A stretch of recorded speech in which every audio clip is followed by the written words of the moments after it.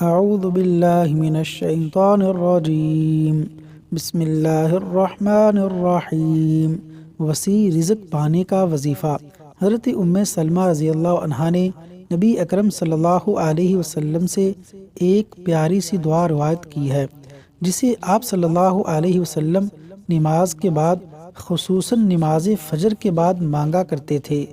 اللہم انی اسألک علما نافعا وعملا متقبلا ورزقا طیبا۔ ترجمہ: اے اللہ، میں تجھ سے علم نافع، عمل مقبول اور رزق طیب کا سوال کرتا ہوں۔ صحیح ابن حبان، حدیث نمبر 762۔ اللہ تبارک و تعالی عمل کرنے کی توفیق عطا فرمائے۔